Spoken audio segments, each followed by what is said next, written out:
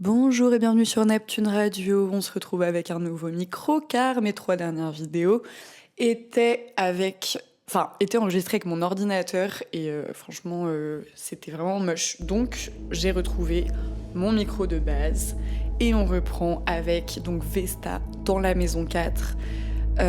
C'est quoi Vesta ? C'est un astéroïde qui peut se calculer assez facilement parce qu'il fait partie des astéroïdes principaux en fait. Donc il va pas avoir une action aussi forte et directe qu'une planète comme Vénus, Mercure, Mars, etc. Mais il va avoir sa petite touche à apporter à votre thème. Donc si vous ne savez pas où est Vesta dans votre thème astral, vous pouvez aller voir ma description dans laquelle je vous mettrai un lien pour calculer facilement où est Vesta dans votre thème. Également, j'ai fait une pause à cause des vacances entre la Vesta Maison 3 et aujourd'hui, du coup, la Vesta Maison 4. Il y a eu un énorme temps mort. Mais vous n'êtes pas énormément non plus à regarder mes vidéos sur Vesta. Donc, franchement, je pense pas que j'ai une horde de fans en train de m'attendre. Donc voilà, je pense que personne ne m'en voudra. Alors, donc on va parler de Vesta dans la maison 4. Qu'est-ce que ça signifie ? Alors déjà, quand on pense Vesta en maison 4, moi je pense tout de suite à des personnes qui sont focus sur leur monde intérieur, qui sont focus sur leur bulle, qui sont peut-être même parfois durs à cerner parce qu'ils ont tellement développé en fait une intériorité hyper forte que ils sont graves dedans en fait, ils sont graves dans leur monde, dans leur bulle, dans leur petit cocon, etc. Parce que je rappelle quand même que la maison 4, c'est la maison qui correspond au signe du Cancer et du coup il y a vraiment cette idée en fait d'avoir plein de mondes imaginaires et de donner beaucoup d'énergie à ces mondes-là en fait, de beaucoup les alimenter. On peut, aimer les jeux vidéo, les livres, les histoires, les activités un peu bizarres qu'on fait tout seul chez soi. Enfin, il y a un truc en fait chez les Vesta en maison 4. Vesta, c'est une petite flamme dans votre thème, une petite lueur, un point où vous avez envie de vous concentrer, une flamme que vous pouvez garder toute votre vie. Et cette flamme-là, en fait, c'est votre capacité à avoir un espèce d'univers, la clé d'une dimension dans laquelle vous pouvez emmener les gens. Surtout quand ils viennent par exemple chez vous. Il peut y avoir une importance avec les Vesta en maison 4 du chez-soi. Me sentir à la maison, dans mon foyer ou dans mon petit appart que j'ai décoré de fond en comble avec une déco, il y en a partout sur les murs, ou bien j'ai construit ma maison en pierre et je passe 40 ans de ma vie dedans avec ma famille et mon chien et je suis bien comme ça. Enfin, il peut vraiment y avoir un truc avec Vesta en maison 4 où à un moment donné de notre vie, on est mené à se focus entièrement sur notre habitat, sur l'endroit dans lequel on vit. Donc ça peut être des gros aménagements, des travaux, des investissements immobiliers, mais aussi ça peut être quelque chose de plus petit et de plus accessible. Mais on va vraiment passer notre vie chez nous, par exemple. Il y a aussi les gens qui vont venir chez nous. Enfin, le chez-soi, en fait, est un endroit hyper important. Parce que la maison 4, c'est les maisons, les structures, l'habitat, le foyer, le cocon dans lequel on vit notre intimité, voilà, là où on mange. Enfin, voilà, bref, vous avez compris. Donc, pour moi, il y a cette espèce de temple intérieur que Vesta en maison 4 nous offre. Elle vient toucher des racines très profondes en nous. Il y a un besoin en fait de se sentir protégé dans le fait d'aimer soit rester chez soi, soit on est attaché à un lieu. Si c'est pas chez soi, je sais pas, ça peut être par exemple un atelier d'artistes qu'on adore et on passe notre vie dedans et dedans il y a quelques personnes sur qui on compte, qui sont comme notre famille et on les aime trop et voilà quoi. Enfin, en fait, il y a l'investissement parce que Vesta c'est la dévotion. Il y a un investissement dans un endroit dans lequel vous vous sentez chez vous. Et c'est parce qu'il y a une recherche de protection. Il y a un besoin de se sentir entouré par quelque chose, protégé par quelque chose. C'est un espèce de petit nid, quoi. Franchement, les Vesta en maison 4, plus vous transformez l'endroit dans lequel vous habitez en temple, un peu dans lequel vous êtes bien, vous mettez de la décoration, des ambiances, vous rangez, vous accueillez des gens que vous aimez très très fort parce que tout le monde ne peut pas rentrer avec une Vesta en maison 4. ça va vous mettre dans une bonne dynamique en fait, vous allez kiffer quoi. Il peut aussi y avoir par exemple pour certains des passions qui s'exercent surtout chez soi, mais la maison 4 elle est aussi assez cachée, donc parfois on peut avoir par exemple des passions, des choses pour lesquelles on a envie de se dévouer mais qui restent chez nous. Donc on les montre pas, on les publie pas forcément, on les montre pas au grand jour, mais on aime bien, je sais pas, ça peut être par exemple, on kiffe faire de la poterie, je sais pas, je dis un truc au pif, on kiffe faire de la poterie, mais il y a que notre grand-mère et notre meilleure amie qui sont au courant qu'on fait des sculptures en poterie, et aussi doué qu'on soit, on va pas forcément en faire tout un pataquès, on va pas forcément montrer à tout le monde nos poteries. Ça peut être des trucs comme ça aussi où par exemple une passion dont on veut pas faire un métier, ou bien si on en fait un métier ça reste discret, parce qu'en fait la maison 4 elle est vraiment dans son petit cocon, elle a peur de l'extérieur, la maison 4 c'est un petit cancer, donc elle a peur de casser sa carapace et de sortir de l'œuf.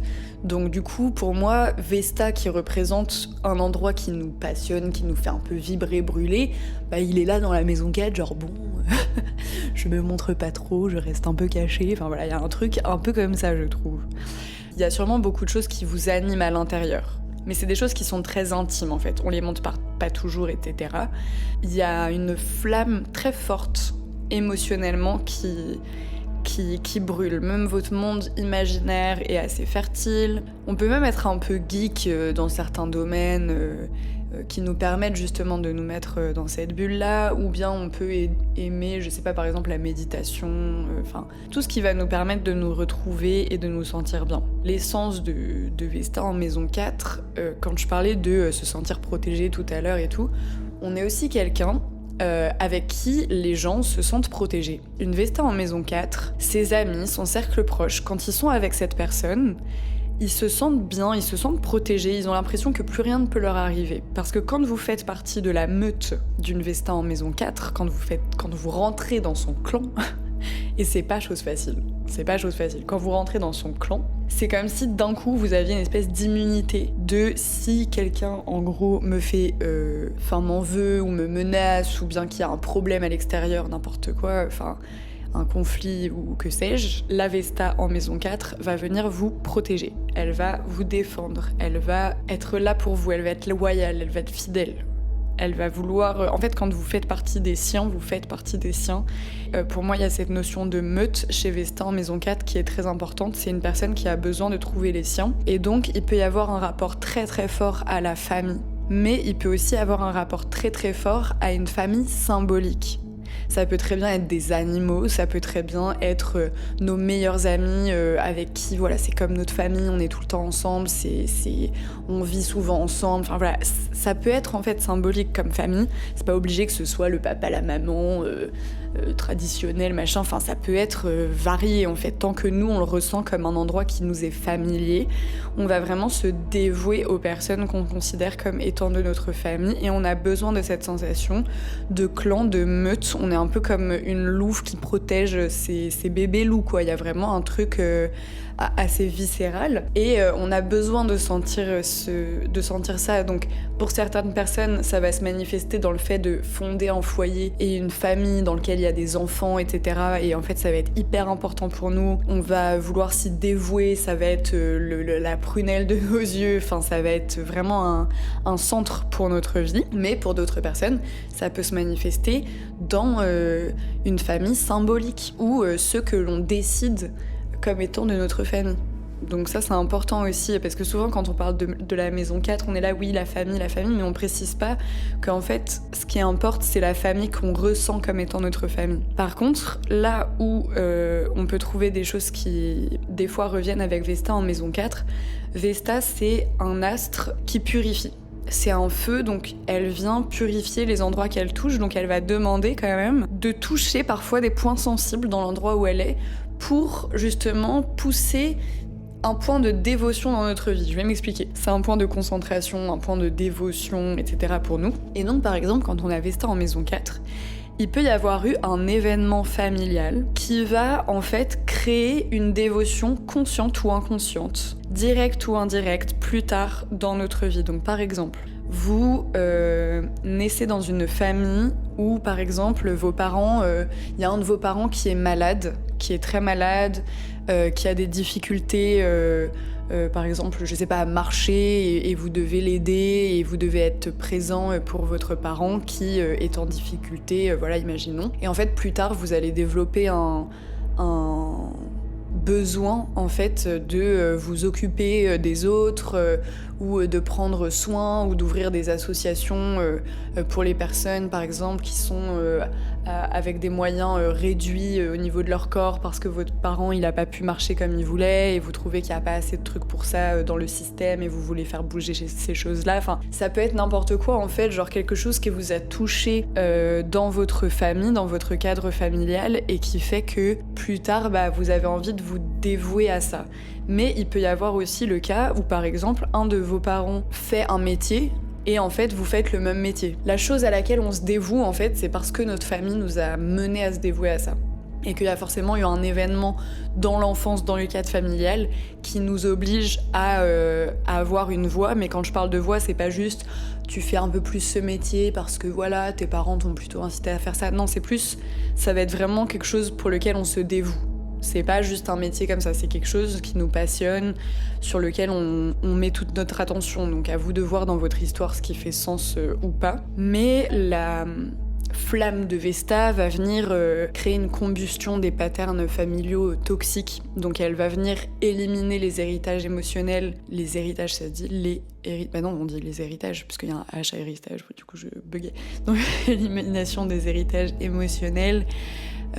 Destructeur. Donc en gros la personne, elle va avoir un peu un rôle un peu contre son gré, mais sans le vouloir, ou parfois en le voulant, mais elle va avoir quelque chose, genre comme une espèce de mission sous-jacente dans sa vie, soit de médiateur, de médiatrice dans la famille, soit d'une personne qui va avoir comme pour rôle de purifier des héritages émotionnels. Quand une Vesta en maison 4, elle vous fait confiance. Quand elle décide qu'elle tient à vous, vraiment, elle va pas vous lâcher comme ça. Genre, c'est une personne qui, certes, elle est dans sa bulle, elle est dans son truc et tout. Bon, vas-y, des fois, c'est dur de la comprendre, mais elle est là.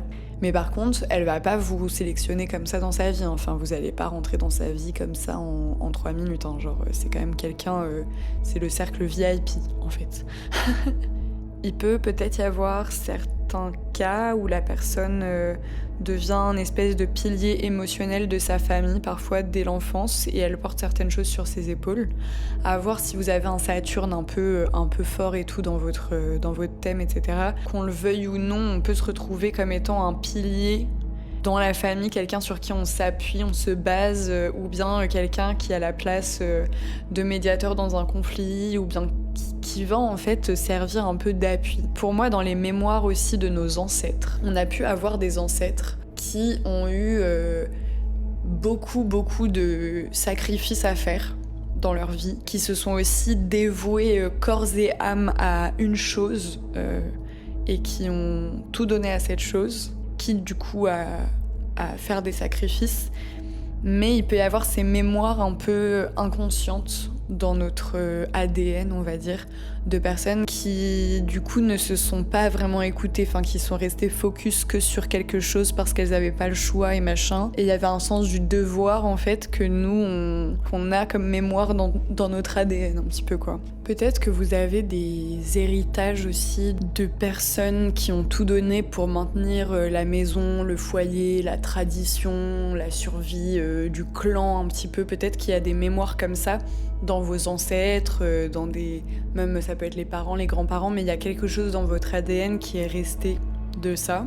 Et il y a un truc, je pense, dans les mémoires familiales du style il faut rester fidèle au foyer, garder la flamme, même au prix de sacrifices ou de soi-même. Et on a pu avoir peut-être un parent qui s'est beaucoup sacrifié en fait pour nous ou bien pour quelqu'un. Enfin, il y a eu quelque chose en fait il y a quelqu'un qui s'est oublié. Et du coup, il faut regarder quel impact ça a sur nous, que ce soit inconscient ou conscient, comment nous on gère cette information, cette mémoire-là. Il peut y avoir eu surtout des femmes de notre lignée qui ont sacrifié leur vie personnelle ou amoureuse pour se dévouer en fait aux enfants, etc. Enfin, qui se sont sentis enfermés dans quelque chose. Parce que la maison 4, elle nous parle aussi beaucoup de transgénérationnel, mais parfois de mémoire de personnes qu'on n'a même pas connues en fait, genre d'un ancêtre qui nous a transmis un peu plus d'ADN et au final on se retrouve avec ces cailloux. Il y a un truc de résoudre, apaiser des tensions familiales, enfin voilà, il y a un truc avec ça. Donc regardez un peu ce que ça donne parce que Vesta toute seule, évidemment, c'est compliqué à interpréter de manière précise parce que selon les aspects qu'elle a, le reste de votre thème, on va avoir plus d'infos. Mais je pense que le défi potentiel de Vesta, ça peut être peut-être parfois de s'enfermer justement en soi-même ou chez soi, au point de se couper du monde extérieur. Parfois on peut aussi ressentir le poids du monde, tu vois, enfin un poids de responsabilité, de devoir qui est difficile.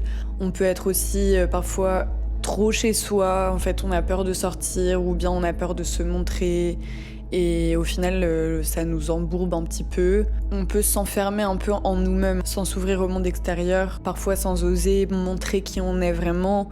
Il y a quelque chose en nous qui se ferme, quoi. Enfin, qui ose pas vraiment montrer cette lumière, cette flamme de Vesta à l'intérieur de soi. Du coup, parfois, on peut être un peu plus isolé, enfin voilà.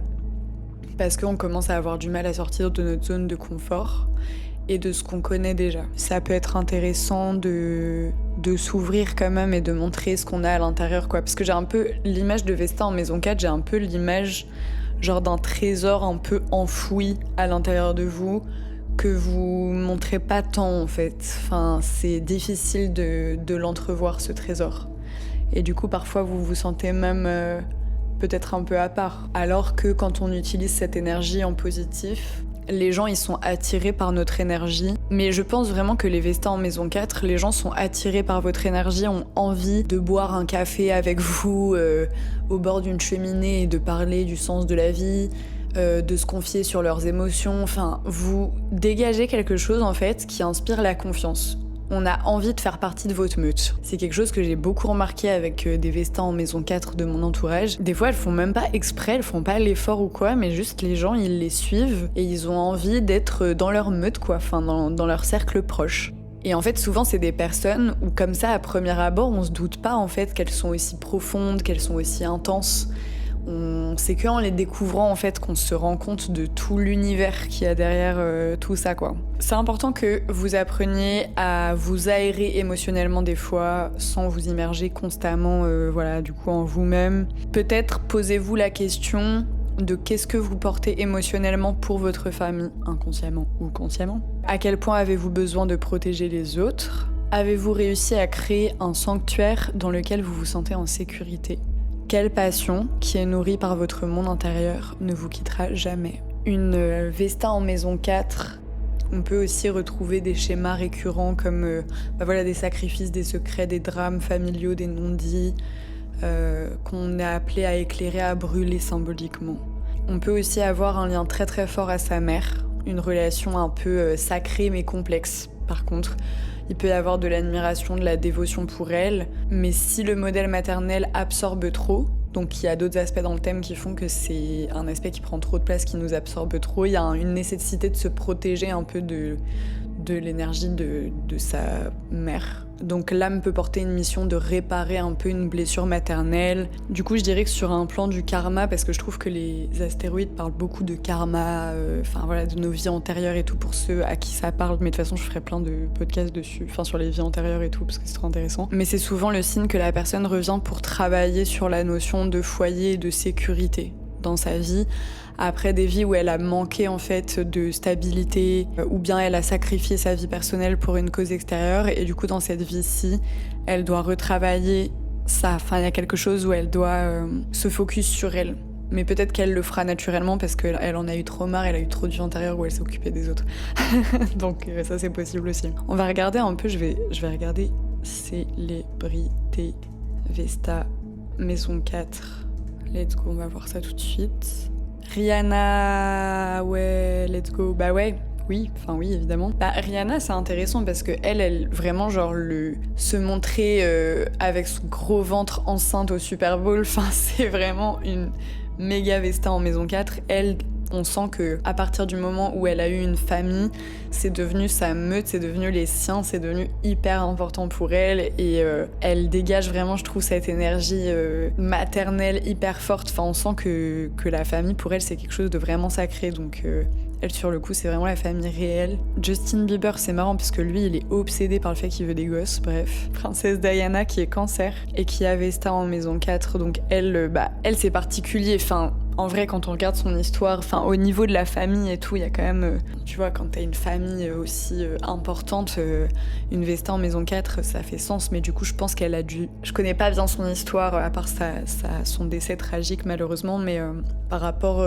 à la manière dont elle se dévouait à sa famille, peut-être qu'elle a vécu certains sacrifices, etc. Enfin, je sais pas trop. Kylie Jenner, ça, c'est marrant parce que en vrai, vu qu'elle fait partie de la famille Kardashian, tu vois, genre, t'es en mode la famille Kardashian, c'est genre la Vesta en maison 4, quoi, genre la dévotion familiale. Mais tu vois, quand même, il y a cette notion de sacrifice avec Vesta parce que, quand même, tu te dis, les Kardashians, ils ont dû sacrifier beaucoup de choses de leur vie intime et privée pour la vie de leur famille, en fait. Donc, je pense qu'il y a plein de trucs qui... Je sais pas, bon. Bref, donc voilà, c'était mon interprétation de Vesta en maison 4. J'espère que vous avez bien aimé. N'hésitez pas à mettre un petit commentaire, à me dire si ça vous parle, dans quelle maison vous avez Vesta, et aussi si vous avez des idées de podcasts en fait sur lesquels je pourrais parler. Enfin voilà, si vous avez envie que je parle de quelque chose en particulier, n'hésitez pas à l'écrire en commentaire. Vous pouvez aussi m'envoyer un mail sur neptuneastrologie@gmail.com si vous voulez une consultation privée ou que vous avez des questions. Et on se retrouve bientôt pour de nouvelles vidéos.